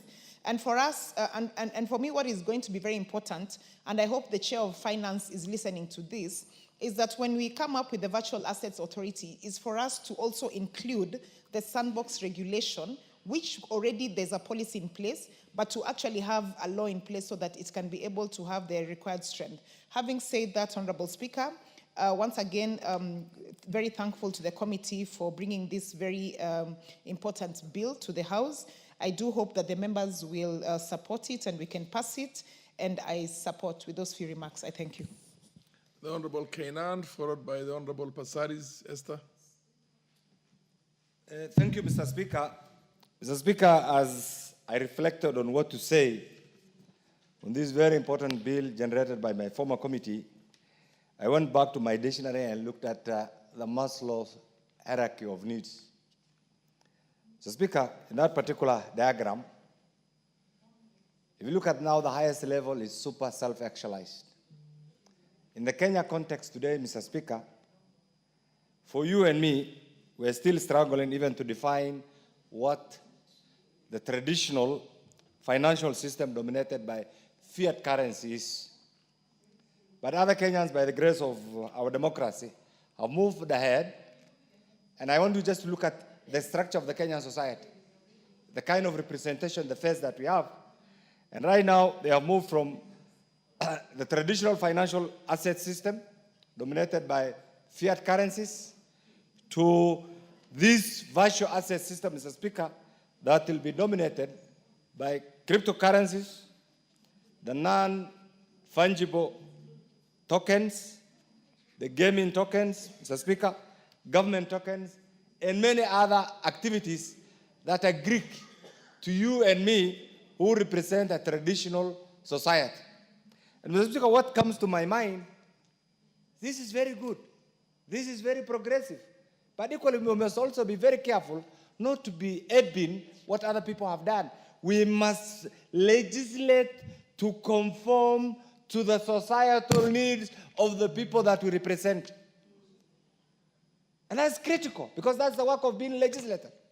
I do appreciate my younger brother here, Kimani, my former chairman, is one astute, sharpshooter, financial expert. But reflecting on Maslow's hierarchy of needs, Mr. Speaker, we're in different worlds. Completely different world. So for me, I'm conflicted. Should I legislate for the good people of Eldas, bring them to the level of this other Kenyan society? And that's why, Mr. Speaker, even the framers of the current constitution put a clause called, an article called equalization. Equalization is doomed, you know it. It has been wasted by groups who have never been sympathetic. So in my mind, I look at the definitional concept of this. It's very good. It will bring about decentralization in stock market transaction. It will bring about transparency. It will bring about something called pseudonymity, where you hide your identity. Farham Alim is trading, nobody knows. Farham Alim is dominating the virtual asset market, but nobody knows. Nobody can say your identity. That's good for protection. But equally, it will also bring about serious volatility, because you do not know the dynamics. You are not in charge. So as we go through this, Mr. Speaker, we also need to look at the regulatory aspects. We have invoked CMA. I took a bit of time to look at the role of CMA. I also took a bit of time to look at the role of central bank. They have complete, different functions. The role of CBK, Mr. Speaker, for avoidance of doubt, is to regulate and implement monetary policies, to manage national currencies, to supervise and regulate financial systems, advise, act as a banker for the national government, and promote financial stability. Mr. Speaker, for CMA, their work is to license, supervise market intermediaries. Market intermediaries mean different groups, different players within the financial system, in their competition, in their regulatory framework, and even in their modus operandi. The other work is also to look at and promote market products. That's why people compete for a viable, predictable, and well-regulated stock market. Capital market, Mr. Speaker. Mr. Speaker, the other bit is they also protect investors who trade in bonds and stocks. So having looked at this, reflecting on this bill, I am persuaded that the right regulatory framework is not CPK. It's not the Capital Market Authority. We need to have another agency, because we'll be trading at another level, where maybe your grandchildren and my grandchildren only understand. I will take a bit of time to understand this. I know one of my kids, actually, is a fervent trader on this. Sometimes I go there and get lectures. I'm still hesitant to adopt that, because I'm not sure. So for me to move to that level, I am a camel herder, like the Honorable Senei had said. I am a camel herder. I value my stocks in the number of camels that I have. The Kenyan currency is just a new phenomenon. You have moved me to another level of cryptocurrency. And I represent people. So, Mr. Speaker, this must be put in perspective. So, my chairman, my able chairman, I think you have done a bit of public participation. You still need to do another public participation even for members of parliament, so that you take us to the level that you are, so that we can also appreciate. But Mr. Speaker, equally also, this country is not short of legislation. Mr. Speaker, today go anywhere in the world, go to Japan. The spatial system for Tokyo is borrowed from Kenya. Go to Jakarta, it is the same. Go to London, it's the same. And yet we are not applying the same here. We're very good in bookworming. We're very good in legislating. But when it comes to the actual implementation, Mr. Speaker, I think we are degenerating. Yes, Doctor. My good chairman, my able former chairman, this bill is good. Can we really dissect it further? So we don't just legislate for a clique of the super rich, whose richness can also be questioned. Yes, the super rich, and you know them. If we ask them to account for their wealth, none of them can account, very few of them can account for it. And yet they remain a critical component of the society. And that's why, Mr. Speaker, we're not developing. Mr. Speaker, the other bit, look at the bill, it's too generous. And remember, in legislation, Mr. Speaker, we must also be very careful to legislate for a particular short-term phenomenon. The rich who want to circumvent the due process. The due process clearly established by the existing institutional framework. And Mr. Speaker, any bill that touches on the financial system of a country, Mr. Speaker, must be security tight, must be properly moderated, because a small mistake can cause financial havoc. And you know, once that is done, the next thing, serious inflation. The cost of living, and unpredictable financial consequences. That's why we must be very, very careful. So what I've decided to do, these are the bits that I've borrowed from this book. Mr. Speaker, I'm going to subject this bill and the different contexts to one critical consultant, I think who's also a friend of my former Apple chair, to look at it further and see the amendments that we can bring in so that the bill becomes a bill for everybody. Mr. Speaker, countries right now, even the super rich, the most developed economies like America, are struggling to define cryptocurrency. I followed the debate in Turkey. Turkey is the 17th largest economy in the world. They're still yet to find, I follow their debate, they're still yet to find a description. Whether it is legal, whether it is financial, whether it's even political. So, Chairman and good committee members, this is good. First step. Can you start now thinking about the other aspects of this bill so that we don't suck our country into a global movement, a global phenomenon that we are not properly prepared for?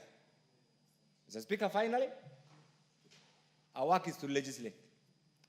We are leading a struggling community. Let me call the Kenyan community struggling right now. They are overburdened by the circumstances beyond their control, and you know it. And we are their representatives. So everything that we do must take into account their well-being. Their well-being is basic needs. Their well-being is how to overcome their day-to-day struggle. Their basic need is how to take their children to school, get a decent transport, decent shelter. All these things must be part of our collective legislative framework. So broadly speaking, I support. Specifically speaking, there is need to further research. The Honorable Basari Zesta. Thank you, Honorable Speaker. Mr. Speaker, I rise to support the Virtual Asset Service Providers Bill 2025, but also urge this House to strengthen it. The concerns that have been raised by the Honorable Kenan are genuine and they need to be looked into. We have seen firsthand what happens when digital finance operates without oversight. CBEX, a so-called cryptocurrency platform, promised and guaranteed returns using flashy language, AI trading bots, and lured thousands of Kenyans, many of them young people and first-time investors. Then one day it vanished, leaving a trail of financial ruin and no one to be held accountable. Mr. Speaker, I was one such investor in the CBEX platform. And tomorrow is the day that many young Kenyans who invested in CBEX and were able to pay the $100 that they were told they have to pay to be able to recover their money to verify their accounts are waiting to make the withdrawals of their principals tomorrow. When I got into the CBEX platform introduced by a Kenyan, young Kenyan, I found Kenyans who were speaking very highly. They had made big money. I have a friend who's called Lydia, who I met on the platform. And Lydia managed to educate her children, managed to buy her mother a house, all through crypto.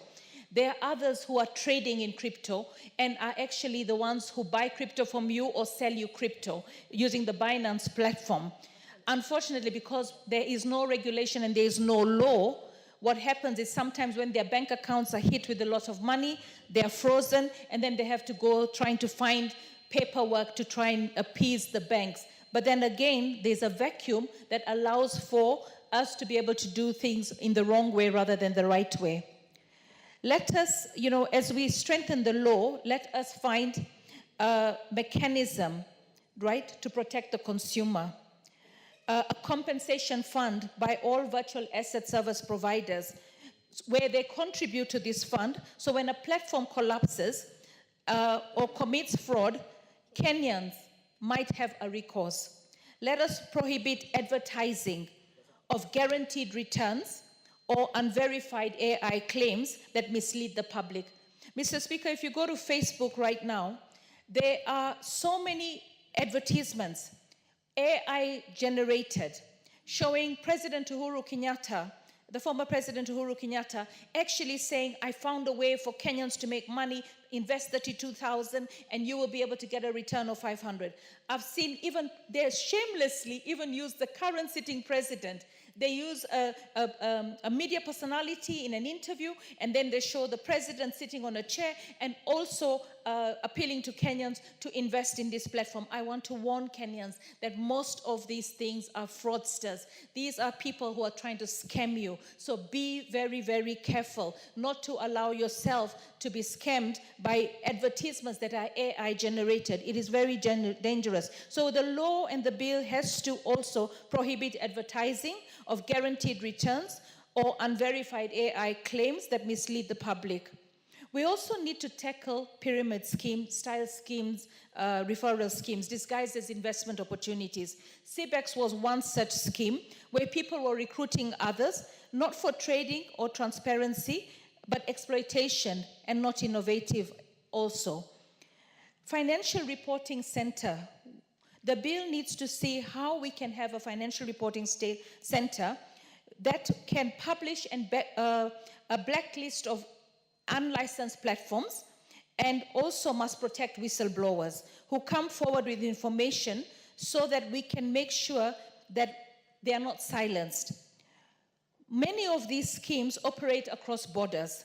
The bill should also include provisions for international cooperation with bodies like Interpol, Nigeria's EFCC, to trace and recover stolen funds. If we can't do that, then when people join these online platforms, they will be losing the money even though we have the laws in Kenya. Last, we must also require annual audits, quarterly disclosures, and enforce the Know Your Customer rules to prevent anonymous abuse. The public deserves absolute transparency. Finally, Mr. Speaker, Honorable Speaker, let us commit to public education on virtual assets. Innovation is welcome, but only when Kenyans are equipped with knowledge and protected by the law. The bill should not only enable the future of finance, but it must defend the people from its worst abusers. Let us ensure that what happened with CBEX and many other platforms that have collapsed and created fear in our community never happen again. I support the bill with these critical amendments. Mr. Speaker, before I sit down, since I still have the time, tomorrow is the 25th of June. It's the anniversary of the Gen Z uprising last year. I have seen so many videos and calls for people to come out and demonstrate. My county always ends up with bloodshed. It always ends up with people losing their property. And it also always ends up with politicians actually being involved and getting people to come out and exploiting poverty. I want to appeal to Kenyans, because I've heard you. We all are very sympathetic about all the families that have lost their loved ones during the Gen Z uprising last year. The country is going to do whatever it takes to ensure we have reparation. The country is also going to do whatever it takes to ensure that we have the police reforms that we need. A lot of the Gen Z says that the memory of 2024 should never die. But I want them to understand something, that they might have lost their confidence in politicians or in government online, because not all Kenyans have lost confidence in the government. We are serving Kenyans out there as representatives of the people, but they cannot lose confidence in the God Almighty. If they have lost confidence in God Almighty, then there is something wrong with their movement. So while they say that they are leaderless, I want to offer them leadership and tell them, if it's really the memory of those who lost their lives, and if it's really the desire to have a well-governed country, then why not occupy the churches tomorrow, the temples tomorrow, the mosques tomorrow, so that you can pray to the Almighty for the souls that lost their lives, not just during the Gen Z uprising, but throughout the struggle for independence in a well-governed country. If they do that, they show that they're a peaceful lot. They will not be infiltrated, because one right cannot negate another. While you come out to demonstrate, you are actually negating the right of the people to do their business. All the businesses in my county end up closed, not able to trade. The businesses lose profits, the employees lose jobs. So why should their right be more of a right than the right of those who actually require to have the job, those who require to have the profits? The government requires to have the taxes. So my appeal is, if you are genuine and sincere and you care for the future of this country, having lost the confidence in the government, as you say you have, right, with your chance of Ruto must go, and I can tell you he is not going anywhere because he's constitutionally elected to serve in that position. I ask the Gen Zs, occupy our spiritual spaces peacefully and pray for the nation, because you cannot say that you have lost confidence in God. You cannot say that you've lost confidence in the one who provides you that very life that you are fighting to say should be protected. So, Honorable Speaker, I appeal to our police tomorrow. I know that sometimes they are challenged, and I see the Gen Zs always taunting them. Please remember, we have one policeman for 500 plus citizens. Tomorrow, have respect for the law. The same law that you want to say that is not serving you, you need to have respect for it. So I really appeal to Kenyans tomorrow. Come out and pray for this nation. Come out and demonstrate peacefully, and I ask the police to please exercise as much restraint as possible. Let no other life be lost tomorrow. Thank you, Honorable Speaker. I support the bill. The Honorable Naomi Wako, followed by Honorable Nyikal and Chematien. Thank you, Honorable Speaker, for allowing me to add my voice to this very important bill, the Virtual Asset Service Providers Bill. And I want to congratulate all the other members of Parliament who have contributed to this. And personally, I want to confirm that I support this bill, because the Virtual Asset Service Provider Bill 2025 is a forward-looking and very transformative piece of legislation. Honorable Speaker, the world is growing very fast, and it is becoming a small village. We cannot be left behind as a country. And again, putting into consideration the young people of this country who are very creative, who are very innovative, who are passionate, and who are moving faster than some of us. And that is why today I support this bill, again, because it balances the need to embrace technology, innovation, with the responsibility of safeguarding our financial system. Honorable Speaker, any investor wants to be assured of the safety and want to know that the finances or his investment or her investment or the wealth they have created is well safeguarded. And this bill is providing that. Kenya, Honorable Speaker, as we know very well, is already leading in many areas, and especially in this region, we have been leading and we will continue leading. And we would want to always lead from the front and also be a good example to the others. Once this piece of legislation will be put into practice, Honorable Speaker, we will be able to set a good example in this region.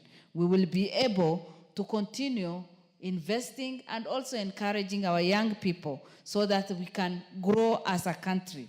It is, again, from the bill, I have gone through the bill, and it enhances financial inclusion. Honorable Speaker, that is what all Kenyans want. Yes, financial inclusion is there, but we must make this bill relevant to every part of this country. Some of our business people are not even well educated. Some of our business people may not be even exposed to technology. But if we can do capacity building, if we create enough awareness of this and educate Kenyans, this will be of great benefit to us as a nation. Again, this bill will also streamline cross-border remittance and drive digital investment.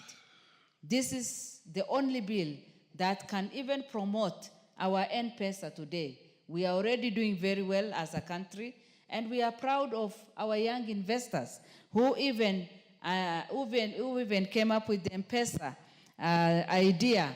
And as a result of that, today, even when you are in the remotest part of this country, as long as there is enough network, you will be able to transact and do business. And especially for politicians. You know, before we used to struggle because you cannot have enough cash always. But today, with the M-Pesa, you can easily do your transaction. You can even use your money anywhere you want to use it. Honorable Speaker, we also know very well that Kenya has witnessed increased adoption and use of virtual assets, particularly in payments and investment, just as I have been saying. And so we need to promote this. We need to grow this so that from the comfort of your house, you can be able to transact business and to do different things. Sometimes when even business people maybe get sick and they are in bed and in hospitals, Honorable Speaker, sometimes, some days back, we used to face challenges. But today, even on your hospital bed, you can be able to do so many things as long as you are able to transact business, as long as you are in your senses. Honorable Speaker, our young people today, as I said, are very innovative. And most of them, majority of them are not employed. But this bill will give them hope. This bill will give them the opportunity. Ours is just to make sure that we give every Kenyan the opportunity to learn, to know about this bill, and also to put it into action. Honorable Speaker, as I finish, I want to join Honorable Passaris, who have made a very noble call to the nation. In fact, that is what we all need to do as a country. As I meditate upon 25th June 2024 and putting into consideration what may happen tomorrow, my heart is troubled. As a mother, as somebody who have, you know, some of my children are teenagers, and you look at what is happening and the spirit that is in the nation, and you sympathize with the young generation of this country. Mine is just to say that, yes, our young people, you are fighting for your right. The government is giving its best to the nation. Our president is working day and night to revive our economy. Your mothers and fathers are working very hard. And tomorrow, you might get on the street and lose your life. And the mourning will continue. We will continue shedding tears and crying for you. And my humble request is, you have so many ways of looking for the right and asking the government what you want. You cannot say that you are tired. Our government is a listening government. We are there as your parents, as your leaders. We are ready to listen and dialogue with you. Let us not lose more lives. Let us respect the rule of law. Let us pray for this country because we cannot afford to lose our country. God has always been there for us, and we have enjoyed the resources that God has given us. But it seems as if we are ready to destroy that, and we cannot afford. We love you, our young people, and we celebrate you. It is unfortunate we lost many people, but let us not lose more in this demonstration that is being planned. I want to pray that you will not be, you will not be misled, that you will sit, reason, and see how best the country or the government can serve you. Thank you, Honorable Speaker. With those few remarks, I support the bill. The Honorable Nyikal, Professor. Thank you, Mr. Speaker. Mr. Speaker, I rise to support this bill, but I also rise to give a bit of caution. Mr. Speaker, today we talk of e-commerce, we talk of digital currency, we talk of virtual assets now, and we know we're already doing this, money transfer virtually. We, in our constituencies, are setting up cyber caves, which we are telling young people they can use to make some income. All that is digital. And therefore, this is a revolution in the economy and commerce that is with us. And whatever we do, it is going to go on. The young people are more keen. When you see young people making TikTok photos, and they're all getting those done digitally and virtually. And they receive, whatever they receive, most of it come in a virtual form. So it's a revolution that we cannot turn back. So the reality is that there are people who actually in the digital asset market, there are providers, there are people who are partaking of it, and the services are there. Mr. Speaker, the sad thing is that that is happening and we do not have regulation. Whatever we do, it is going to continue. So it is, I support this because we are then going to have some regulation. The central bank warned. They didn't warn that it's a bad thing. They warned that this is going on. Be careful. There's no way they're going to take care of themselves. So this bill, therefore, brings a framework where we can actually, how we can regulate this. And it identifies the authorities we can use, but many people feel we may need to set up a specific authority. That's something we look at when we come to the third stage. It provides for licensing, who does what, where, and how. That is necessary. It is also addressing risks, money laundering, financing terrorism, fraud, data protection is being looked at, and cybersecurity. All these, the security of individuals when you get into the cyberspace. But, Mr. Speaker, what I'll warn about is this. This country, if you look at even ICT and many things, we are living in a country which has got two layers of people. There's a layer that actually are being left behind. And public education is extremely important so that most people, you see, my mother and my mother's age mate, and even many of our age mates are out there, and they are not in this digital world. We need to bring them in, even in the ICT world.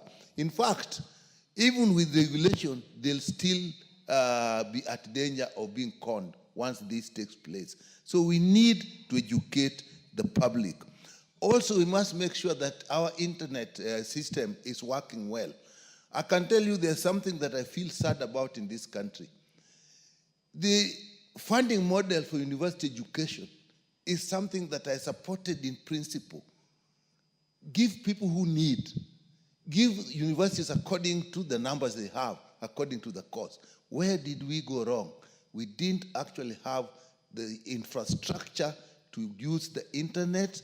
We didn't have the infrastructure to do what we call means testing. That is the only reason we had wrong bands. It's the only reason. If we had a problem, we would have a good band and we would be okay. So let this one also, Chair, you are here, put in place a proper education system for the public.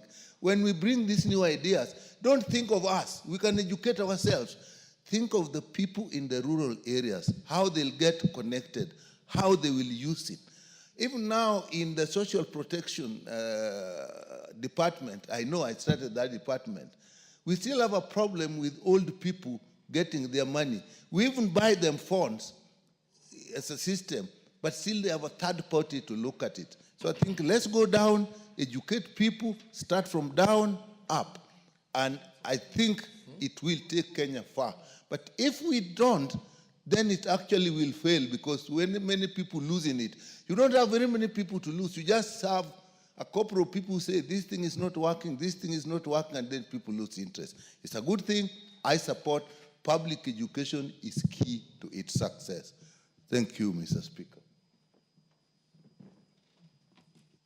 The Honorable Chimatian, you have less than a minute, but proceed. Maybe, Mr. Speaker, I will take up next time in the next sitting. Thank you. So, because I have a lot to debate on it. I will have a lot of time. No, just, okay. You start it and you'll have the time when the debate resumes. Thank you so much, Mr. Speaker. I also want to rise and support this bill before us, the Virtual Asset Service Providers Bill. As most members have spoken before me.